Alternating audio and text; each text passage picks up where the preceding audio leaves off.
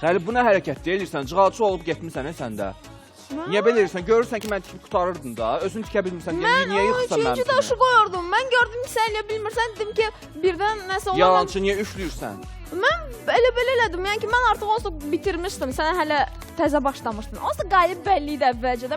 Əlbəttə qalib bəlli idi. Mən də qalib gördün də mən tikib qutarırdım, hər şey göz qabağına mağlar. Mənim qalama diqqət yetirin. Görürsünüz necə cığalçı uşaqdır bu? Xeyr, mən elə deyiləm. Eləsən. Efirdir ümumiyyətlə. Efir başlayıb mağlar bizə baxır. Sonra deyəcəklər, bu uşaqlar niyə belə bir-birini qırırlar? Nəysə. Sağ ol mağlar. Gördüyünüz kimi biz bugün oyunlardan danışacağıq, amma milli oyunlardan və mövzuya giriş etmək üçün sadəcə simvolik olaraq belə bir oyun oynamaq qərarına gəldik, yarışma xarakterli və yarışın da əsas qaydası bu idi ki, kimsə bu 14 daşı tikib qutarmalıydı, amma mən tikib qutaran zaman xəyali cığalçılıq etdi və özü tikə bilmədi deyə mənim daşlarımı üçlədi və yıxdı. Xeyr, heç də elə olmadı. Gördüyünüz kimi mən artıq bitirmişəm öz qalamı və o qala artıq nəysə, söhbətimiz məhəllə oyunları və məhəllə adət-ənənələridir və bundan danışacağıq. Bu sadəcə mövzuya giriş idi mağlar, amma ilk öncə günün anonsunu izləməliyik ki, bugün daha nələr baş verəcək, kimlər qonaqlarımız olacaq, bilin ki, çox maraqlı olacaq. Gəlin anonsa baxaq. Bizim bugünkü mövzumuz məhəllə ənənələri və məhəllə oyunlarıdır. Oyun nədir? Hər bir xalqın milli mədəniyyətinin mühüm və ayrılmaz tərkib hissəsidir. Hüseyin ağa, oyunun tarixi haqqında mən danışdım. Biraz da qaydalar haqqında sən danış da. Dairə çəkilirdi, içəridə bir dəstə olurdu. Şəhəri, yar böldük dikəmizi, gözlədik al səhəri. Gözlədik al səhəri, səni uşaqlıq, sən bizdən uzaq düşdün artıq. Bütün mağlara bu oyundan qalib çıxmalarını arzulayır.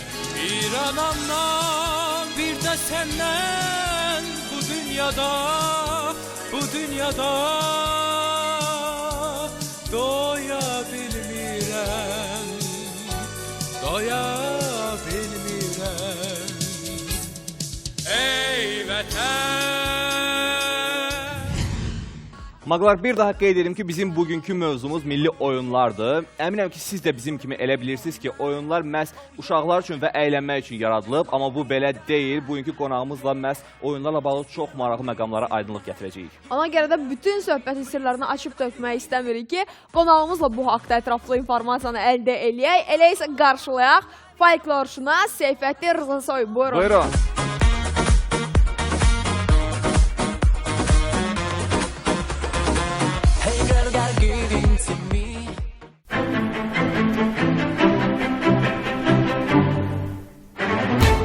Seyfəddin mənim, xoş gəlmişsiniz Gənclərin məkanı olan Maqa. Yəqin ki, keyfiniz yaxşıdır. Sağ olun, təşəkkür edirəm, keyfim də yaxşı. Bildiyiniz kimi bugünkü mövzumuz milli oyunlarla bağlı olacaq. Mən istəyərdim ki, ilk öncə ümumiyyətlə oyun nədir bundan başlayaq. Necə oldu ki, yarandı, tarixi hara gedib çıxır və nə məqsədlə yaranıb? Oyunlar ilk növbədə hər bir xalqın milli mədəniyyətinin mühüm və ayrılmaz tərkib hissəsidir. Eləcə də Azərbaycan oyunları, Azərbaycan xalqının mədəniyyətinin, özüdəki tarixi mədəniyyətinin tərkib hissəsidir. Bizim, məsələn, atla oynanılan çoxkan oyunlar var. Yaxud, məsələn, Orta Asiya xalqlarına fikir versək, yəni bizimlə mənşəci eyni olan xalqları, onlarda cürbəcür milli oyunlar var ki, onlardan bəziləri də belə universallaşmağa, beynəlxalqlaşmağa, demək, meyilli, beynəlxalq miqyasda çıxmağa meyilli olur. Oyun nədir? Bu sual çox mürəkkəbdir. Oyuna milli mədəniyyətin tərkib hissəsi kimi baxdıqda biz oyunların tarixi baxımından həddindən artıq qədim olduğunu görürük. Oyun deyəndə ilk növbədə uşaqlar yada düşür və biz bir növ uşaqlarımızın həyatına elə qoy gedib oyun oynasın deyə qıraqda onun oynadığı oyunlara fikir vermirik. Amma oyunlar bizim qədim tariximizlə bağlıdır. Bir şeyə fikir vermək lazımdır ki, biz bugün bizim uşaqlarımızın oynadığı, daha doğrusu daha çox biz nəslin oynadığı, amma siz nəslin oynamadığı ki, oyunlar ki var ki, onların tarixi çox qədimdir. O oyunlar heç də uşaqlar tərəfindən yaradılmayıb. Oyunların strukturuna, mahiyyətinə, kombinasiyasına, tərəflərinə, daxili strukturuna fikir verəndə onların çox mürəkkəb bir kompozisiyası olduğunu görürük. Və bu mənada siz hətta inanmazsınız ki, bizim oyunlarımızda oynanılan sxemlər, o sxem ki, oyunların mahiyyətində durur, onlar bizim milli düşüncəmizin sxemləridir. Bir millət olaraq, bir xalq olaraq, bir etnos olaraq formalaşma dövrümüzlə bağlıdır. Sərbil müəllim, çox zaman bizim valideynlərimiz, nənələrimiz, babalarımız, yaşlı nəsil adətən çox şikayətlənirlər bizdən ki, bəs bizim dövrümüzdə belə oyunlar var idi, biz düşürdük küçələrdə belə oyunlar oynuyorduk, amma siz elə oturmuşsunuz kompüterin qarşısında, vaxtınızı bütün günü burada keçirirsiniz və unudursunuz bütün bu oyunları, məhəllə adət-ənənələrini. Siz necə düşünürsünüz? Bəs müasir dövrdə bizim milli adət-ənənələrimiz, məhəllə adət-ənənələrimiz unudulubmu, yoxsa yox? Mən babalarımızla və nənələrimizlə yarı-yarıya həm razıyam, həm də razı deyiləm. Babalarımız və nənələrimiz bizim ona görə kompüterin qarşısında çox vaxt keçirtməyiblər ki, o vaxt kompüter ümumiyyətlə yox idi. Əgər kompüter olsaydı, onlar da elə bizim indiki uşaqlarımız kimi olardı. Amma yaşlı nəsil, babalar və nənələr deyəndə biz cəmiyyətimizi nəzərdə tuturuq. Cəmiyyət ümumiyyətlə uşaqların hansı oyunlarla məşğul olmasına son dərəcə ciddi nəzarət eləməlidir. Əvvəla dünyamız kompüter dünyasıdır, qloballaşan dünyada bütün dəyərlər universallaşır. Doğrudan da kompüter ifrat olanda bizim milli oyunlarımızın unudulmağına səbəb olur ki, bizim milli oyunlarımızın, uşaq oyunlarımızın unudulmağı bizim əqli və fiziki cəhətdən inkişafımızda ciddən ziyan vurur. Sözün həqiqi mənasında ziyan vurur ki, məsələn, biz indi oyunların imkan olsa mahiyyətinə diqqət yetirək ki, oyun bir uşağa nə verə bilər? Nə verə bilər? Mənim doğrudan da bu sual çox ciddi sualdır. Biz uşaq vaxtda çoxlu oyunlar oynayırdıq.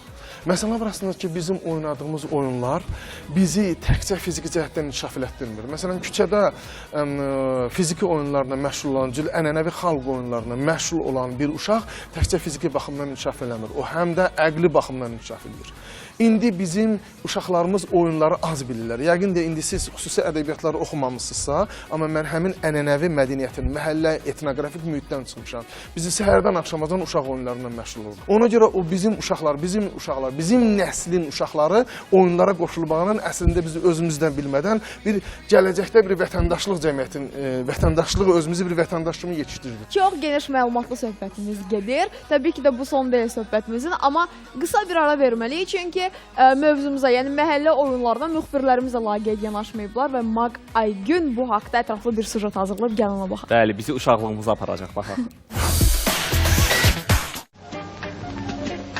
Nəğmə sustu dodaqlarda, dilə gəldi tüfənglər. Əslində bizdən çox bizim valideynlərimizin uşaqlığı daha çox maraqlı keçib. Onlar bizim yaşda olanda çox gözəl oyunları vardı ki, onları oynayırdılar. Məhz bu günləri mən sizə həmin oyunların ikisini göstərəcəm. Onları baxıb tanıyacaqsınız.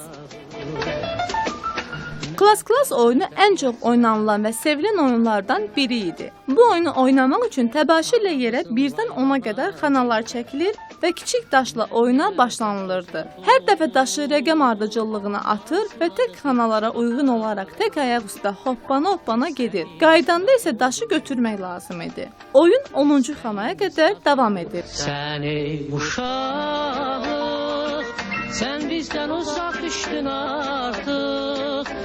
Səni yerlər apardı, ya soyuq əllər apardı. Səni uşaqlıq, sən bizdən uzaq düşdün artıq. Səni yerlər apardı, ya soyuq əllər apardı.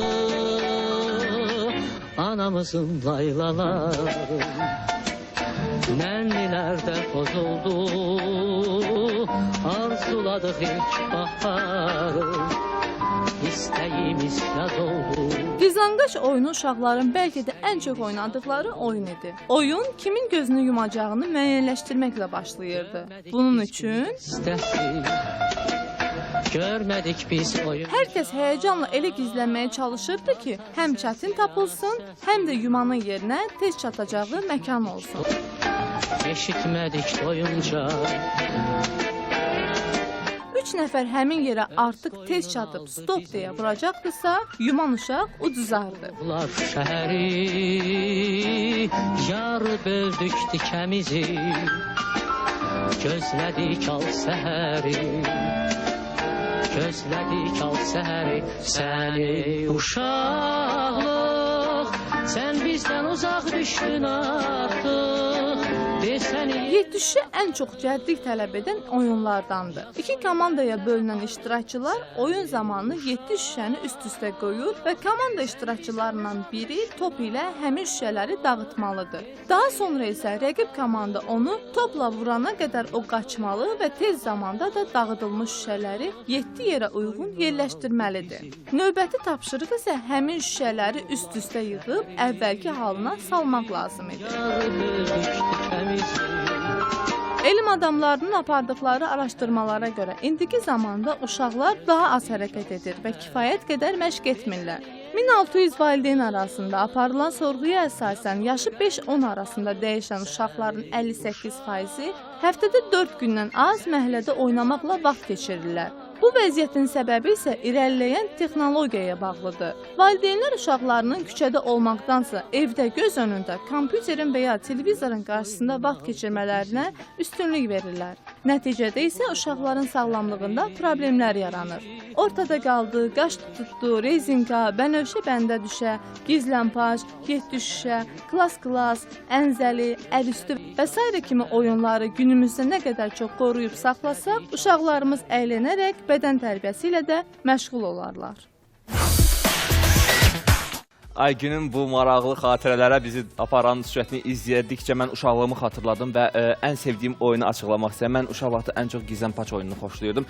Seyfəddin müəllimə sizin fikrinizi öyrənmək istərdim bu süjetlə bağlı və daha sonra isə sizin ən sevdiyiniz oyunun hansı olduğunu bilmək istərdim. Bu süjet məni də keçmişə apardı, amma mən indi təkcə uşaqlıq xatirələrimi yox və ona ümumiyyətlə toxunmaq istəmirəm. Amma bununla bir elmi şəkildə buna bir yanaşmaq istəyirəm. Siz fikir verdiniz ki, süjetin müəllifi də onu klas oyunu kimi, yəni sinif oyunu kimi təqdim elədi. Lakin uşaq vaxtı mən o oyunu oynamazdım. Adətən bu oyunu qızlar oynayırdılar. Lakin bu oyunun Azərbaycan dilində adı vardı. O xıyvurdu adlanırdı. Yəni xıyvurdu. İndi o dilçilər onu aydınlaşdıra bilərlər ki, yəqin bu tarixi bəli, tarixi sözdür.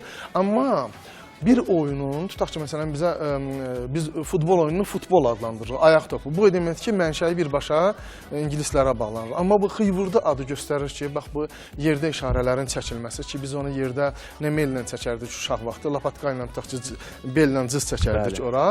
Bu onu göstərir ki, bizim bax bu mürəkkəb bu cür tipli oyunlarımız olub.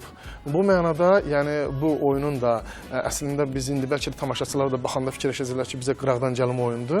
Yox, oyunun Azərbaycanca adı var. Bu tipli oyunlar, yəni kvadratların çəkilməsi, kvadratlarla yarışma və Azərbaycanın tarixində də bu cür oyunlar olub ki, bu da əqli və mənəvi inkişafa xidmət edən bir oyun olub. Seyfəddin müəllim, amma ən sevdiyiniz oyunun adını açıqlamadınız. Biz uşaq vaxtı sevdiyimiz oyunları kollektiv şəkildə oynayırdıq. Yəni təkcə mənim sevdiyim oyunlar deyildi. Tutaq ki, məsələn, biz qayış-götdə oynamağı xoşlayırdık, molla mindi oynamağı.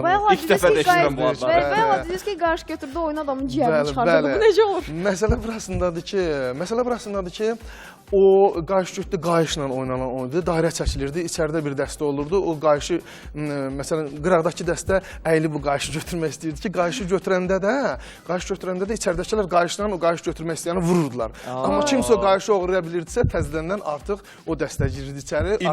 İntiqam alır da. Məsələn, indiki oyunlara mən baxıram, görürəm ki, oyunlarda oyun adı altında öldürmək var. Yəni, məsələn, mən oyunları oynamıram və mənə oyunlar dəhşət gəlir. Siz təsəvvür edin ki, uşaq indidən o oyunları oynayır və o ekranda kimsə adətən ya yol polisini öldürür, ya hərbçini öldürür, ya nəsə öldürür. Maşınları əzir, evləri yandır. Siz təsəvvür edin ki, bu nə verilir?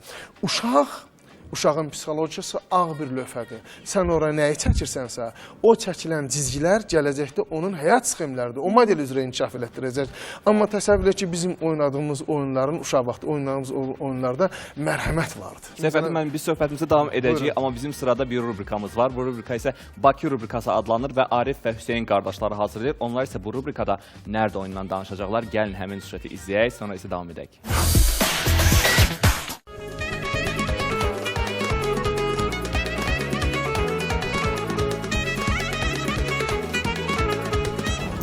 Müasir dövrdə gənclərə oyunlar sözünü deyəndə çoxları kompüter oyunlarını və mobil telefondakı oyunları bilir. Lakin mövzumuz heç də kompüter oyunları deyil. Bugünkü mövzumuz stolüstü oyunlardan nərddir. Arif, at gəlsin. Şəksə. Səyid.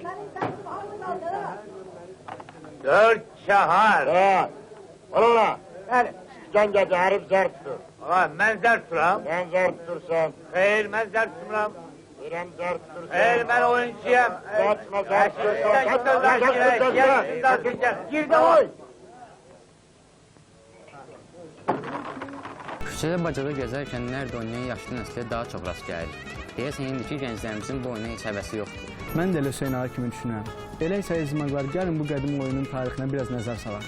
İşte dağda görəndə ucadan qışqırır şəşibəş. Nərd oyunun qədim tarixi var. Ehtimal olunur ki, bu oyun İranda yaranıb. Bir fərziyyəyə görə də bu oyunu Sasani imperatorunun baş vəziri Huzur Mahir 1400-cü ildə hazırlayıb. Oyunun qaydalarına gəldikdə isə qaydaları astroloji görüşlərlə izah olunur. 4 küncü, 4 mövsümü, nərdin içindəki qarşılıqlı 6 dənə xana 12 ayı, daşların cəmi ayın 30 gününü, qara ağ daşlar gecə və gündüzü, qarşılıqlı 12 xana isə günün 24 saatını bildirir. Zərdə qarşı-qarşıya duran üzlərdəki xalları topladıqda 7 alınır ki, bu da 7 planetin rəmzidir. Nərdə bənzər oyunlar elə qədim Yunanistanda və Romada və bir sıra qədim şərq ölkələrində də oynanılırdı. Lakin indiki dövrə nəzər salsaq, bu oyun daha çox Azərbaycanda oynanılır.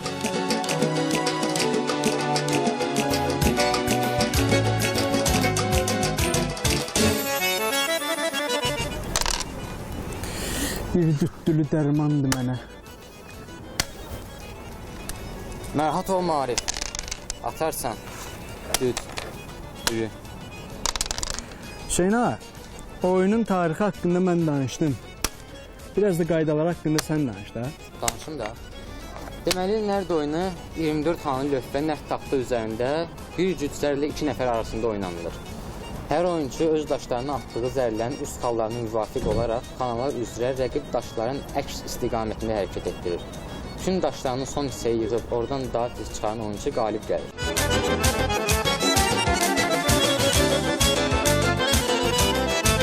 Əziz maqlar, saatlarla kompüter oyunları oynayıb həm beynimizə, həm də gözlərimizə ziyan verməkdənsə, hələ arada bir belə nərd oynayıb zehnimizi inkişaf etdirək, həm də ki, adət-ənənələrimizi qoruyaq. Amma əsas sağlam rəqabət. Arif, təbrik edirəm. Axır ki, atdın dütdülü. Gör bir məni nə ilə təbrik edir. Dütdülü ilə. Seyfəddin müəllim, bu süjetimizi də izlədik və deyəsən əlavələriniz var. Süjetlə bağlı mənim demək istədiyimi əslində Arif və Hüseyn ağa qardaşları dedilər. Doğrudan da mənim əlavəm odur ki, bu bir şərq oyunudur. Lakin bu bir şərq oyunu olaraq bizim məişətimizə, mədəniyyətimizə çoxdan daxil olub və ən maraqlısı budur ki, bu oyun keçmiş MDB məkanında, xüsusilə Slavyan xalqları arasında geniş yayılıb və bununla bir mənalı şəkildə fəxr eləmək lazımdır ki, nərd oyununun demək, Rusiyada və digər ölkələrdə MDB məkanında yayılması bu məhz Azərbaycanlılarla bağlıdır. Və mən son olaraq belə bir nəticəyə gəldim ki, Seyfəddin müəllim, əslində siz elə özünüz də keçmiş oyunlarımızın, adət-ənənələrimizin tərəfindəsiniz. Heç də müasirliyi dəstəkləmirsiniz. Mən belə gördüm ki, siz ancaq istədiniz ki, passivliyi gətirir, əqlin, zehni inkişafı geridə saxlayır və son olaraq biraz da müasir dövrün tərəfində qalaraq, yəni gənclərimizi artıq bundan sonra dəyişmək elə də asan da olmayacaq ki, siz biraz köhnə oyunlara maraq göstərin və s. Son olaraq buna fikrinizi bildirin ki, müasir gənclərimiz müasir texnologiyadan necə istifadə eləsinlər ki, onlar ən azından biraz aktivlik yaransın və s. Sizin məsləhətlərinizə ehtiyacları olacaq məncə. Mən ümumiyyətlə köhnəliyin tərəfdarı olan adam deyiləm. Lakin özümü köhnə dəbli adama sayıram. Staramodun adam sayıram, üzr istəyirəm ifadəmə görə. Yəni köhnə dəbli adam sayıram. Necə böyümüşəmsə, təfəkkürüm, zövqüm necə formalaşıbsa, elə şəhərdə də o cür yaşayıram. Amma başqalarının həyat tərzinə hörmət eləməyə xoşlayıram. Mən nə ifratın, bir şeydə ifrata varmağın, nə də ümumiyyətlə ifrat azlığın, yəni təfritin tərəfdarı deyiləm. Həmişə onun qızıl ortasının tərəfdarı olan adamam. Mən belə sev eləyirəm ki, bizim gənclərimizi internetdən, kompüterdən qətiyyən ayırmaq olmaz. Çünki biz müasir dünyadan geridə qala bilərik. Lakin bu verilişdə siz inanın ki, bir qədər yaşlıları çağırıb, bax bu meydanda bir Molla Mindi oyunu oynatsanız, əvvəl Xan Əkbəri oynatsanız, sizin inanın ki, zənglərdən, Azərbaycanın hər yerlərindən minlərlə zəng qəbul edə bilərsiniz. Ondan sonra siz siz bax belə bir meydan açarsınız, gəlib təklif eləyərlər. İnanmazsınız, siz Azərbaycanın elə məşhur adamları var ki, həkimdilər, psixoloqlar, yaxud polis sistemində işləyirlər. Siz inanmazsınız ki, onları siz bu studiyaya gətirib danışdıra bilməzsiniz. Siz bizə əla bir Amma mövzu inanın ki, o oyunlar gələndə onların damarı elə tərpənəcək ki, razılıq verəcəklər ki, gəlib. Burada hansısa məşhur psixoloqlara, məşhur filologlar görə bilərsiniz ki, gəlib bax bu meydanda o oyunları oynaya bilərlər. Ondan sonra öz atalarını, öz böyük qardaşlarını burada görən gənclik, görün necə bizim milli oyunlara meyllənəcək. Təşəkkür edirik gəldiyinizə görə, maraqlı məlumatlara və dəyərli məsləhətlərinizə görə. Biz burada milli oyunlarımızla bağlı, ümumiyyətlə oyunlarla bağlı bir sıra qaranlıq məqamlara aydınlıq gətirmiş olduq. Təbii ki, sizin sayənizdə çox sağ olun. Sağ olun, mən də sizə təşəkkür edirəm verilişə dəvət etdiyinizə görə. Maqlar, yəqin ki, bilirsiniz və unutmamısınız ki, Maq məhz sizin, yəni gənclərin məkanıdır və əgər siz də özünüzü maraqlı və istedadlı gənc hesab edirsinizsə, mütləq bizə Facebook səhifəmizə müraciət edin və bizim burada həm söhbətimiz olun və öz istedadınızı bütün hər kəsə göstərin. Ona görə də, bəli, ona görə də boşu-boşuna da Maqa gəncliyin güzgüsü demirlər. Növbəti qonağımız isə musiqiçidir, yəni ifaçıdır və bizə öz performansını göstərəcək. Ondan öncə isə mövzumuzla bağlı olan suallarımız olacaq. Çox gözlətmədən qarşılayaq. İfaçı Maq Tural, buyur Tural.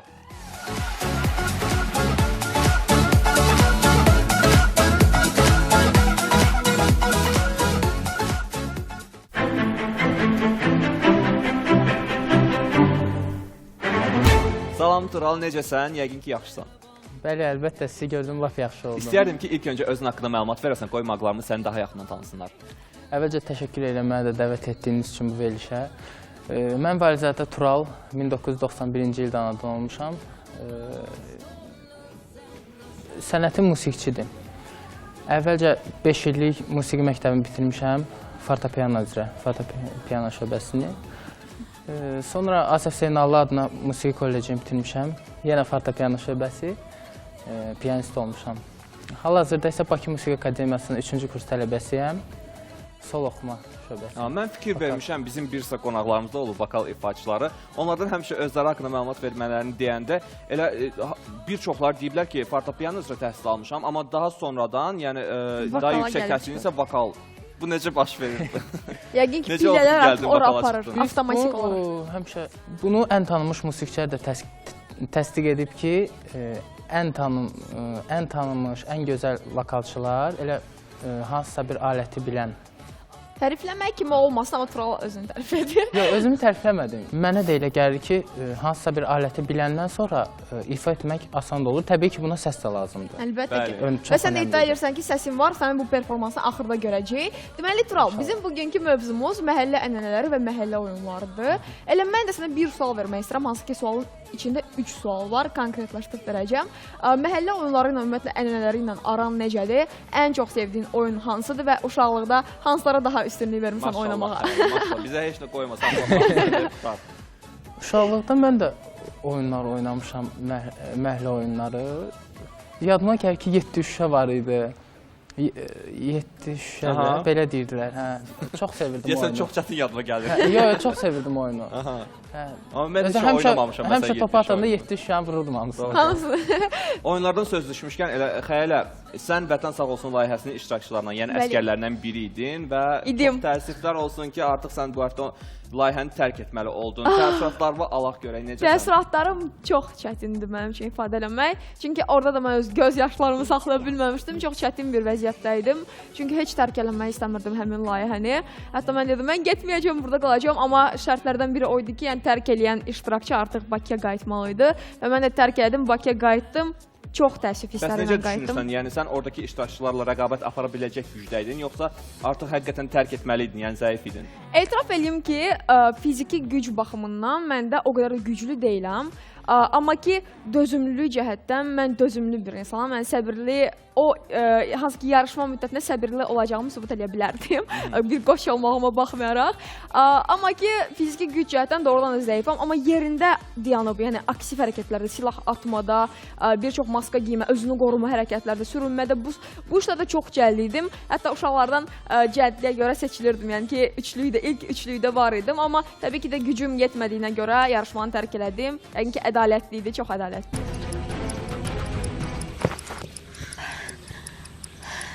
Bugünkü tapşırıq zamanı Baxmayaraq ki, o zəif nəticə göstərmişdir. Əskər Hüseynliyin əzm, iradə və dözümlüyü təqdirə layiqdir. Əskər Hüseynli, Mən. hərbi sizdən tərk edin. Oldu.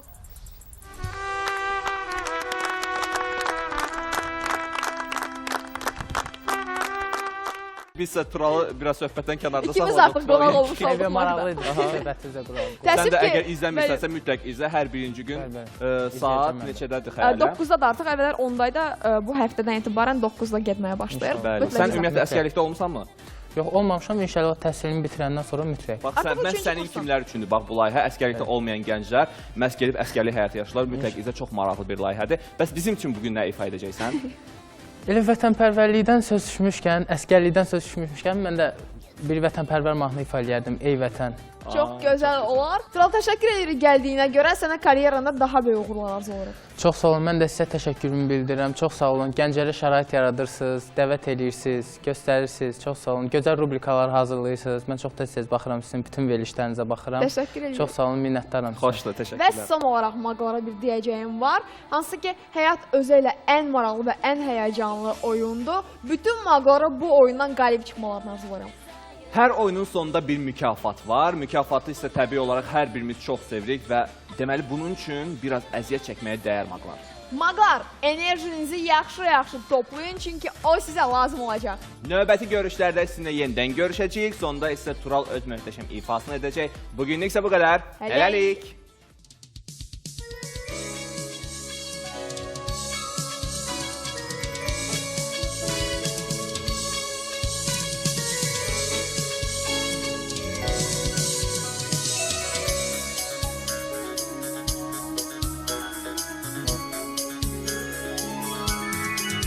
Nəğmə dolu bir ürəyəm, torpağına baş əyərəm, ey vətən. Meşələrin çətirlidir, gül çiçəyin ətirlidir, ey vətən. Ey vətən, dağlarına düşən şehdən, çöllərinə əsən mehdən, doya bilmirəm, doya bilmirəm, ey vətən. Bir anamdan, bir də səndən, bu dünyada, bu dünyada doya bilmirəm, doya bilmirəm, ey vətən.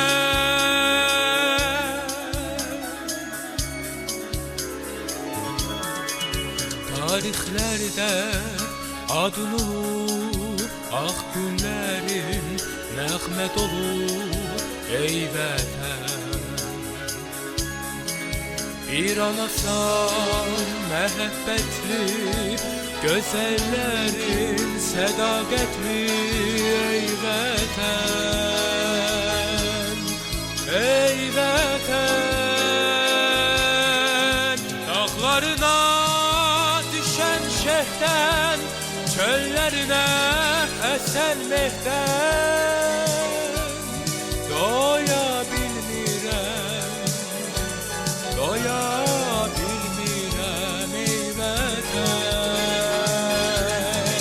Bir anamdan, bir də səndən, bu dünyada, bu dünyada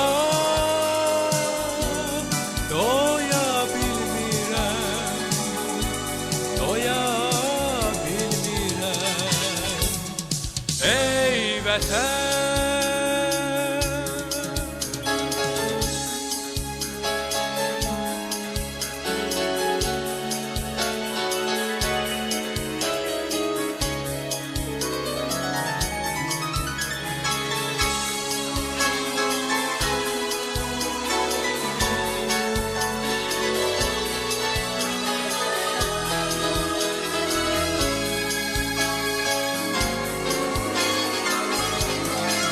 Dağlarına düşən şehdən, çöllerine eser mehter.